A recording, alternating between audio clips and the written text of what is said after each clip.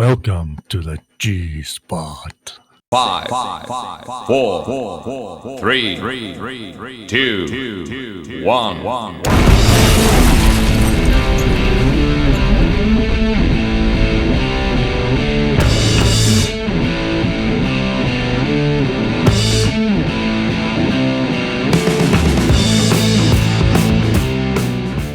Hello everybody and welcome to Dynamic GT League's G-Spot, where we get to have a look at all the weird and wonderful things that happen in the DGT League. And this being G24 shows that there's been lots of things that have happened in the DGT League. Isn't that right, Ray? Ray?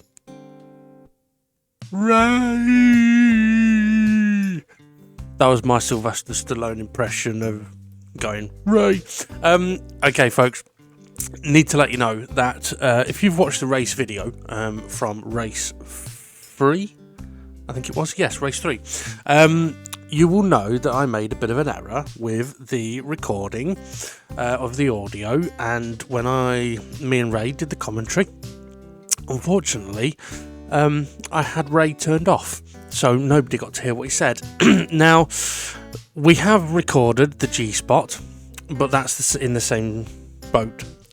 So basically, I'm having to re-record the G-Spot because there are key parts that Ray played in that I can't just put it out there like I did the race video.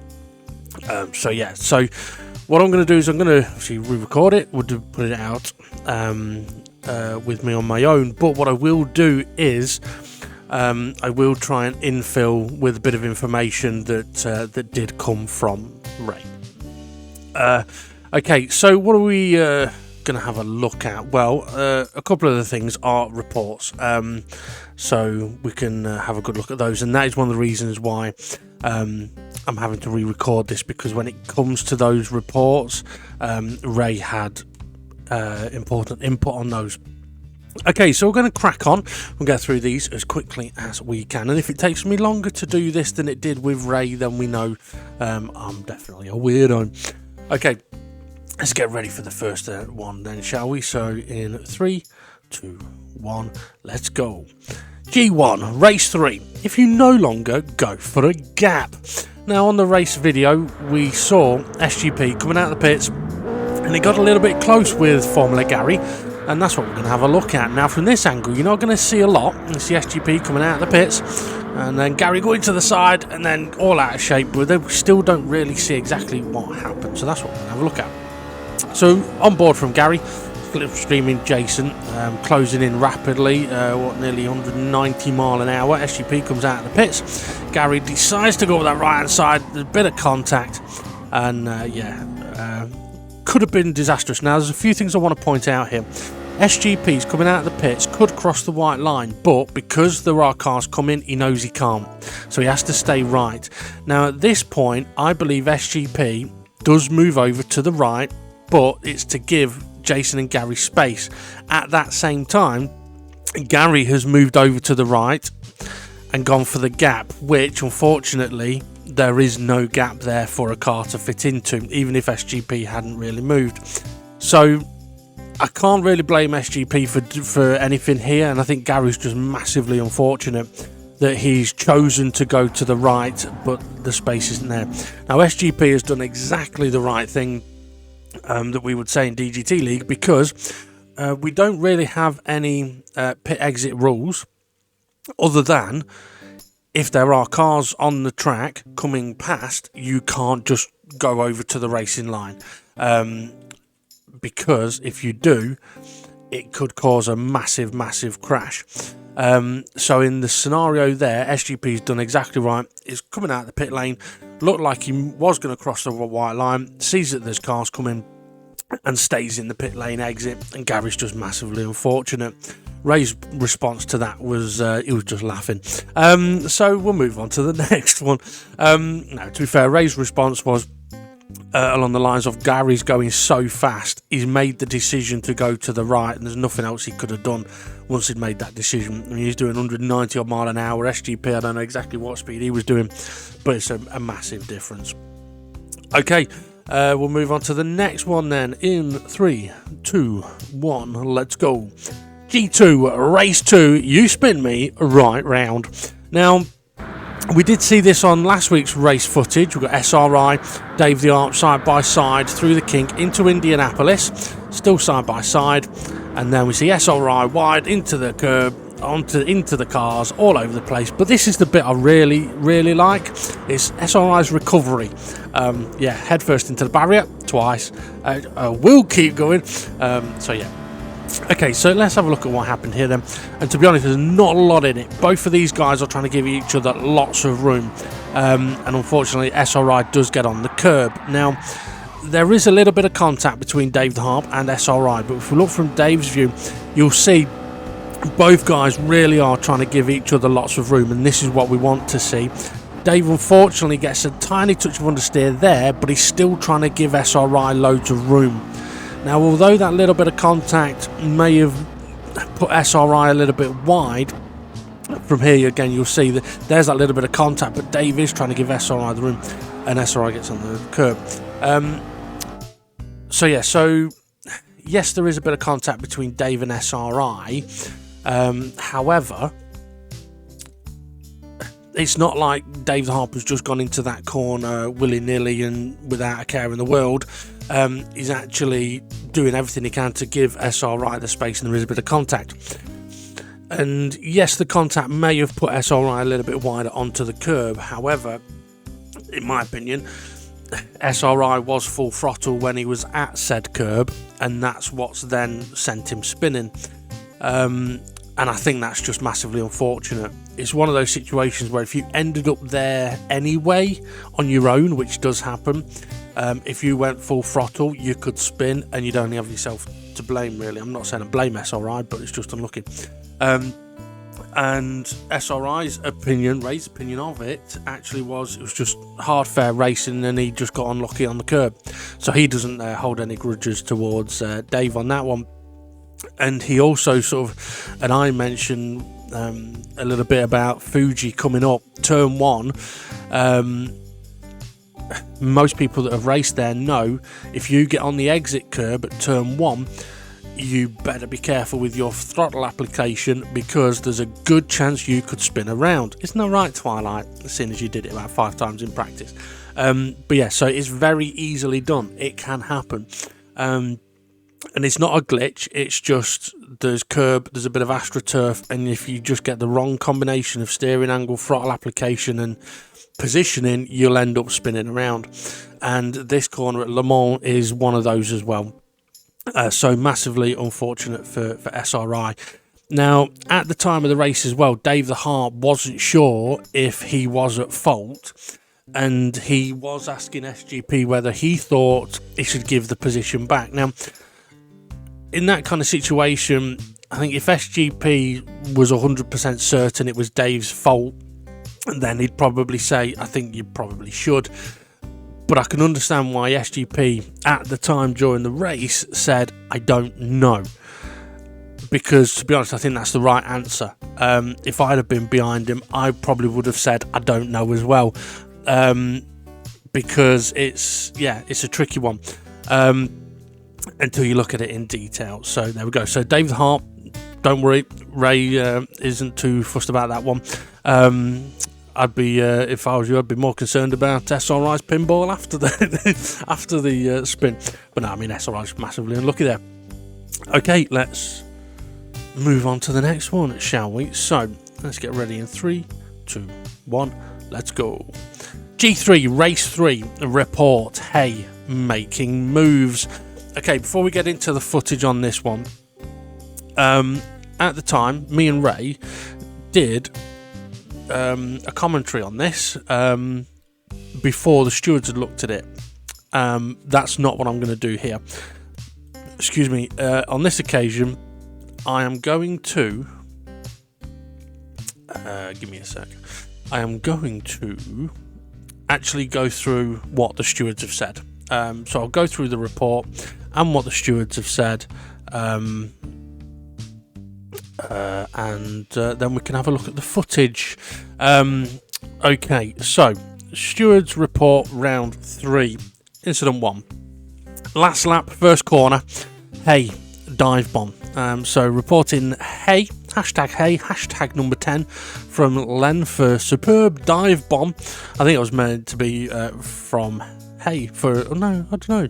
Maybe it's a score, diving score. Yeah, so 10 out of 10 for a superb dive, last lap, first corner, even Tom Daly would be proud of. Now, there was also another report placed, and they've not actually put it on here, so it was reported by Rich and Gary. Okay, so the steward's view. Hay brakes very late for the first chicane and passes 4 cars, making contact with Jason while completing the move. The steward's verdict is a stage 3 penalty. We have 4 stages of penalties, stage 1, 2, 3 and 4. So stage 3 penalty, minus 6 points to be deducted from Hay's championship total. Hay came from too far back in making the move, and the contact with Jason helped him make the corner. This was not considered a severe or what the fuck incident, which stage 3 penalties are normally awarded for, but the stewards believe a lesser penalty of 3 points, which is stage 2, wasn't enough in this case because Hay arguably gained more than 3 points by overtaking 4 cars unfairly and remaining ahead until the finish. Okay, so we'll have a look at the footage in this one in a second, but a couple of things I want to mention is this was a slightly unique incident in that normally you may have a car overtaking 1 or 2 cars. This is a situation where we've got 1 car overtaking 4 cars. Now, I am aware that Hay was not pleased with this decision. What I will say to that is, even if it hadn't been reported, we would have been looking at it because you did ask us to have a look at it on the G-Spot, and I would have been saying pretty much exactly what I'm going to comment on it in a moment.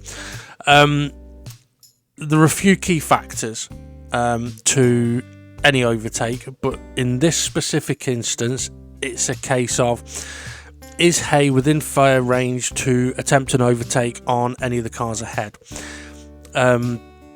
Is Hay in control of his car through the corner, in the braking zone, through the corner, exit of the corner? Has he been able to leave space for the relevant people that are supposed to get it through the corner, entry, mid and exit? And they're key factors, okay? So when we look at this footage, there are going to be key points that we're going to sort of highlight. Okay, so let's get rid of footage in 3, 2, 1, let's go. So we're looking at Rich Blues here, heading down into turn 1. And he gets up behind Jason, moves across, got Jimmy behind him, and we see Hay sneak up the inside there, a little bit of contact, gets through, Jason off the track, gets a bit busy behind them, but you don't really get to see the full view of what was happening there. So we'll have a look from Rich's view. So Rich has got to run a little bit with Jason, opts for the cleaner part of the track, braking at about 110 metres. Jimmy gives him a little nudge, and there's Hay coming through in the last moment, and then it gets very, very busy on the exit of the corner. So obviously it has affected all 4 cars. So if we look from Jason now Jason got a good run on Twilight here, and once again we'll see braking. He's braking about 120, so 120 to 110 is about the right sort of braking point. And if we look, Hay's at the 150 metre marker board, so he's about 50 metres behind Jason at the moment. And Hay isn't on the brakes yet, by the way. So Jason is now at about 75 metres and Hay's at 100. And yes, okay, he's going into a gap. However, he's way too far back. Even at this point, he's too far back. Now he gets up alongside, and there's not a lot Jason could have done. There's nothing Jason could have done to avoid that, to be honest. Now, we'll see it from another view in a moment. So this is from, we're going to see it from plenty. This is from Jimmy's view. Now, we see Jimmy tag the back of Rich in a second, but you'll see just how quick Hay comes through. And yeah, that would question whether he's fully in control of his car. And Hay may say, well, it's absolutely fine. There's a gap there, but there are key factors, as I mentioned. So as we're on board with Gary, gets to the braking point now. and Hay's coming past way quick, and makes contact with Jason. Now, yes, he's made contact with Jason, but it's not just a case of it's ended up with one car off the track. Okay, so now we're on board with Hay. Now, one of the points, is Hay within fair range to attack any of the cars ahead? I would say no, at least not 3 of them for certain. And we'll have another look at this in slow motion. So the lead car, Twilight, is about at the braking point. At this point, Hay is not close enough to Twilight, Jason, Jimmy to attempt an overtake. Is probably, I would say, not even close enough to Jimmy and Gary at this point to attempt the overtake. So is he within fair range? No. Is he on the brakes yet? No. So the braking point is not on the brakes yet. We get to 100 meters. He's now just applying the brakes. So he is late on the brakes, I would say. And yes, okay, he's going for a gap, but he's too far behind Twilight, too far behind Jason, too far behind Rich, and probably too far behind Jimmy to attempt this move. Excuse me. So now he's going up the inside and he's fully on the brakes. Yes, okay, there's a gap, but Rich, Jason and Twilight, they've got zero opportunity to react to Hay because he shouldn't be there. He's come in so late, so only now is he getting up alongside, and Jason turns in for the corner, as he has every right to do so, because Hay's car shouldn't be there. Now, there has been a bit of contact which sends Jason wide. So is Hay in control of his car? No.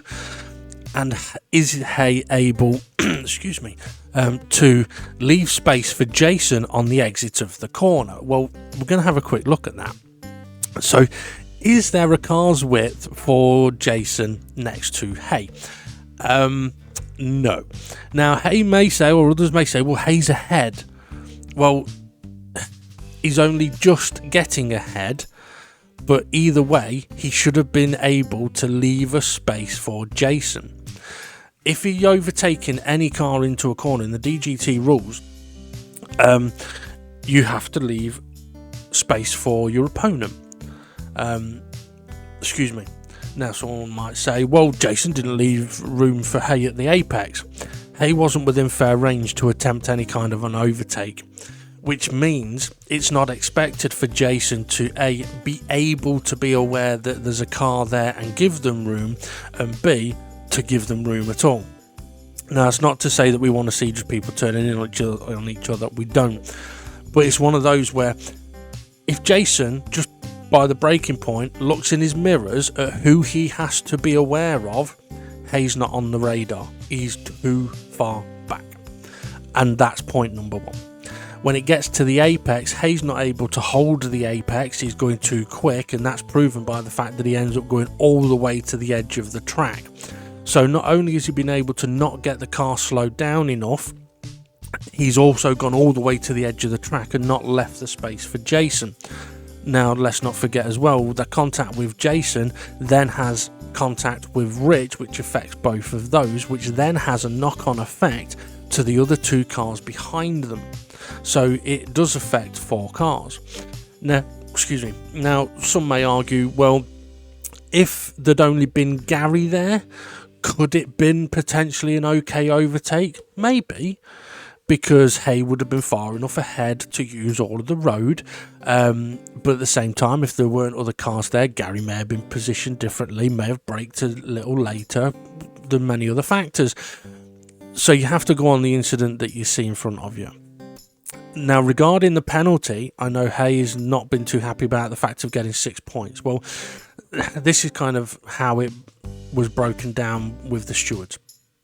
Normally, a stage 2 penalty is what would be given for an unfair overtake. However, that's an unfair overtake on 1 car. So if you unfairly overtake someone, it's a -3 point penalty. What happens if you unfairly overtake 4 cars? Well, we're not going to give him 4 stage 2 penalties. That's too extreme. That's ridiculous. But it's also not a severe what the fuck are you doing situation, which is what the stage 3 penalties are usually for. However, stage 2 penalty minus 3 points is we didn't feel was enough. So the way to justify it, the stewards have said, is along these lines. Okay, Hay has gained 4 places unfairly, which has gained him an additional 4 points. By having a minus 6 point penalty, it is removing all of those points he has gained, and then he's got a 2 point penalty for the overtake. So that's how the stewards were able to justify 3 isn't enough. 6 may seem harsh, but actually it's effectively giving back those 4 places with a 2 point penalty. So in that respect, it's not that harsh. Now, I am aware that Hay has mentioned that there were other crashes and other instances that he saw in the race, and that's for people to report them. If they report them, we'll look into them. If penalties should be applied, we'll apply them. I do know one of them he mentioned was an incident that we're going to have a look at in a second, which was reported. Now, there are also other factors as well. For example, we believe Jason had some lag during the race, but as stewards we do have to go off what we see on the screen. Now, as regarding Ray's view on this as a commentator, I'm not even going to go into it because in a way it's kind of irrelevant. His opinion was the same as the stewards in that respect, and the same as mine. Although jokingly, hey, I did put that I thought it was a great move on your post. Yeah, unfortunately, it is one of those. It's a little too late. It's a little too risky. It has ended up with a car off the track. And although at the time, and then this is one thing actually me and Ray did talk about, was I can understand it from the view that Hay users may not have realised what effect it may have had on other cars. Yeah, and it may have seemed like a fair move at the time. I can understand that. But anyway, so there's that one. And if Hay does want further information, more than happy to go through it with him in detail on the footage. It's a lot easier to do it that way as well, folks. If people disagree with a decision that's been given, the best thing to do is to get in touch with the page, ask for an additional explanation, because we do give a short explanation on the stewards report. We go into it a bit on here, but we don't want to spend ages doing it. And a lot of the time it can be easier physically showing someone what we've given a penalty for and all the things that would have looked into, and it means that someone like Hay may be able to say, well, you haven't considered this, and we can either go, well, yes we have, or okay, you're right, we haven't, oh dear, maybe we've made a mistake. But in this case it wasn't what a move, unfortunately. Okay, so hopefully that's cleared that one up, and we've got another one to look at now, so let's get ready for this one in 3, 2, 1, let's go.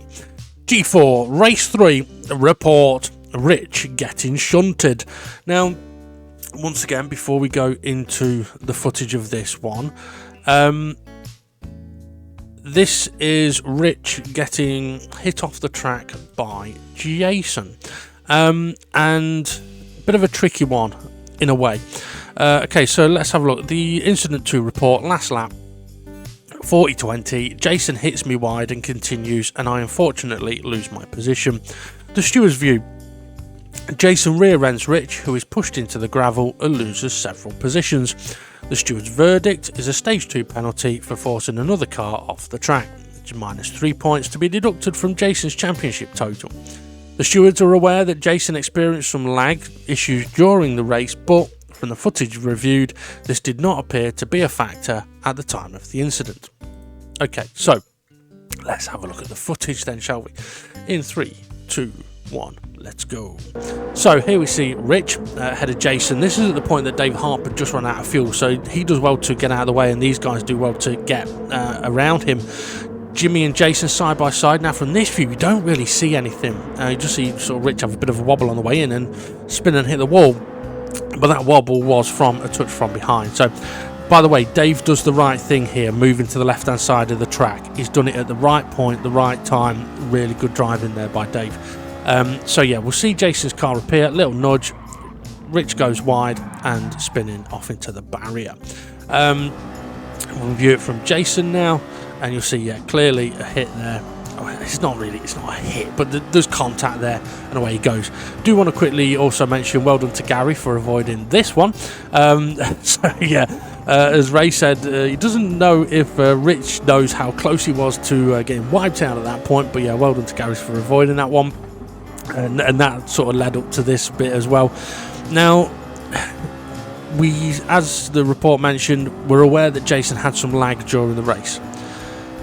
We can, though, only go off what we see on the replays that we have available to us. Now, as an example, I think when we were recording the race footage, my replay and SGP's replay showed no lag from Jason, but Steve F1's did, and we'll go into that in a moment. But Steve F1 replay didn't show any lag at this incident. I asked for him to have a look, and he did check. I asked him to record it if it did show any lag, and it didn't.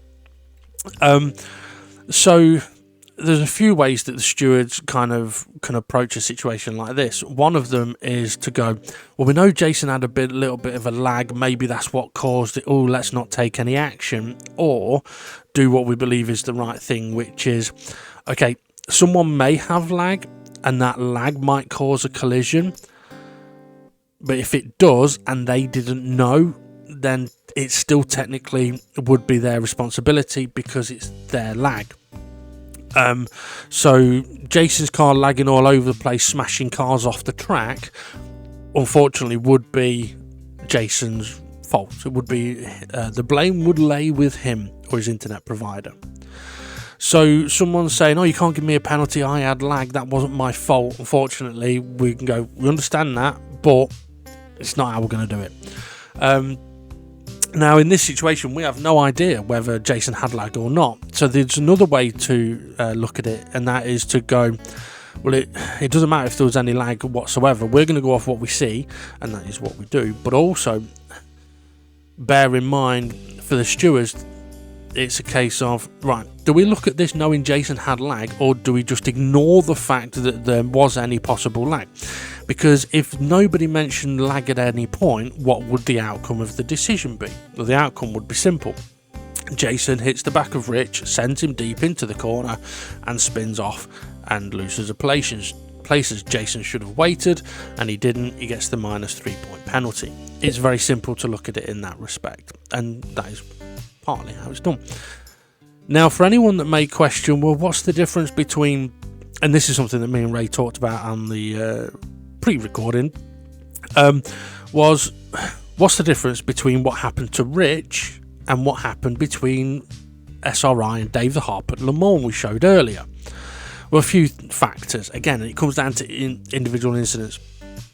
The bit with Dave and Ray, Dave had a little bit of understeer, and there was a little bit of side-to-side contact.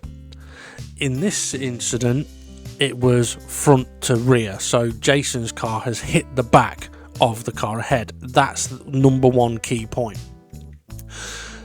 Number two key point is that Rich had zero opportunity to react from that happening, and in that situation his car has spun and there's nothing he could do about it. So not many factors, but it is still different, and the blame for that one would lie with Jason. So yeah, sorry Jason, but penalty there. Now I will also mention that I can understand that some people may go, well, how is my penalty harsher than that? Well, unfortunately, it comes down to the individual circumstances. Had this one with Jason involved 4 cars, it would have been a considerably bigger penalty. So there you go. Right, okay. Only got one more thing to have a look at, but I need to get the footage ready for this one so that I can have a look at it, because yeah, this one's not easy to see. So give me a second, everybody. Let me just get this ready. Because, okay, as we mentioned, someone had a little bit of lag. We were told during this race. So let's get ready for the next one in 3, 2, 1. Let's go. Gee whiz, Jason, where the fucking hell are you? Okay, so this is obviously about Jason's lag. So let's get the footage going in 3, 2, 1, let's go. And this is what Steve F1 saw on part of his replay with Jason going through Lesmo 1 and Lesmo 2. No, he's not. He's in the gravel. No, he's backwards. He's in the wall. He's sideways. He's wobbling. He's all over the place. What the fucking hell? Now he's facing the wrong way. Now he's got his arse through the barrier. Now he's overtaking someone sideways. Now he's going left and right. Or he's abused hay. He's overtaking people. He's wall riding. He's through the gravel. He's managed to park it partly by a wall. Now he's parked it in the middle of the road. And now that's SGP style of parking on the apex. That is fucking hell. Oh, he's not finished yet. Oh, what a move! What a move! What a move! Now that's what you call. Oh wow! Actually, no. We're going to rewind and do that again. Okay, now. So, oh no, now it's all set. Nothing to see here. Okay, now. So yeah, now Jason may not be aware that that's how much his car was lagging for some people in the race. Now, again, this is one of those situations, folks, where, I mean, that is funny as fuck to watch, right? But I can fully understand somebody be on the receiving end of that lag and being hit off the track. If that is the case, don't feel bad about reporting it, because let's put it this way, if no one says, oh, this is happening, send it to the page, put a report in, we don't know to look at it. And even if we happen to see it, let's say, for example, no one reports anything, but we happen to see it on while recording the footage, or while we're doing the commentary, we can't do anything about it. And I'll go a little bit into detail as to why. When we are recording when we're actually racing and people are talking in the race, one of the reasons we sort of joke and say send it to the page is because when we're racing, we're drivers. We're not admins, we're not stewards, we're not commentators, we're drivers, okay? And we're focusing on our driving. We can't focus on everything else and that as well. So anything that even we see happening during the race, if we want it looked at, we would have to send it to the page, okay, as admins. And bear with me a moment. Hang on a second. I can't believe he's... Bear with me a second, folks. You're interrupting my re-recording of the G-Spot. What can I do for you? I was wondering whether you could pick Hannah up, but don't matter. What time? About 4:30. 4:30, yeah, no problem. Because you're going to come up this way anyway, aren't you? Yeah, that's fine, that's no problem. Alright, I'll find out whether she's at hers or at Ruby's, but it'll be her and Ruby. Okay, no problem. Since that we're still at Cherry Tree, and we'll be over at McClover once we've done here. Okie doke, no worries. Okay, See you in a bit. You've just broke up. Bye. Right, so apologies for the interruption there. When we're not doing anything to do with DGT League, SGP's a parent, and I'm clearly the uncle as a taxi driver. Okay, yeah, so when we're driving, we're drivers, okay? If we see something that we want to have looked at from the race while we're driving, we have to put a report in like everybody else. And I can tell you that if we were sat there getting ready to record the footage and go, oh, look at this I've just seen, the others will say, I don't give a shit. That's not what we're here to look at. We're here to do the footage, because when it comes to doing the footage, we're there as admins, being cameramen, spotters. We've got a job to do, and that's what we're doing. Okay. Once that is done and out the way, then we're into admin roles and checking on the reports that come in. When the reports come in, we don't look at them straight away. We look at them all together at the same point, so that we can all converse and get together. So we look at it as admins, as stewards at that time, and deal with it in a steward situation.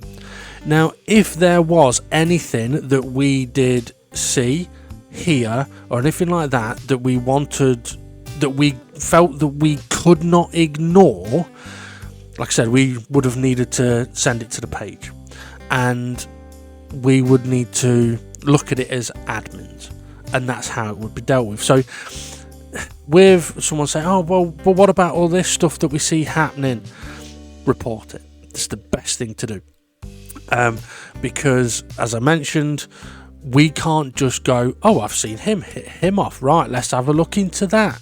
Because if we do that, what if there's been something that you don't see on camera? So let's say the no reporters place, we see Jason hit Rich off, and as commentators we go, oh well, that's a bit naughty, oh he should get a penalty for that, right, let's give him a penalty. Well, what about if it wasn't on the camera and Jason had hit Rich off, or somebody else at that exact same time was hit off at a different corner, and they go, well hang on a minute, I was hit off, why didn't you give him a penalty? Oh well, we didn't see that. That's not how it works. It's not a fair way of doing it. You can't just go on what you see. We can only go on what we are informed of. It's the best way to do it. Okay, right, unfortunately somehow, somehow this G-Spot has gone on longer without Ray, but to be fair, Ray didn't have this bit with Jason and his lag at the end, so there we go. Right, we'll see how we get on with how this comes out. If anybody has any questions, you know what to do, send it to the page. And Ray, once again, I am sorry for keeping you on mute throughout the whole recording process. I will try and rectify that next time. Right, have a good one, everybody. Thanks for listening, watching. You know what to do. Behave. And we'll see you all again soon.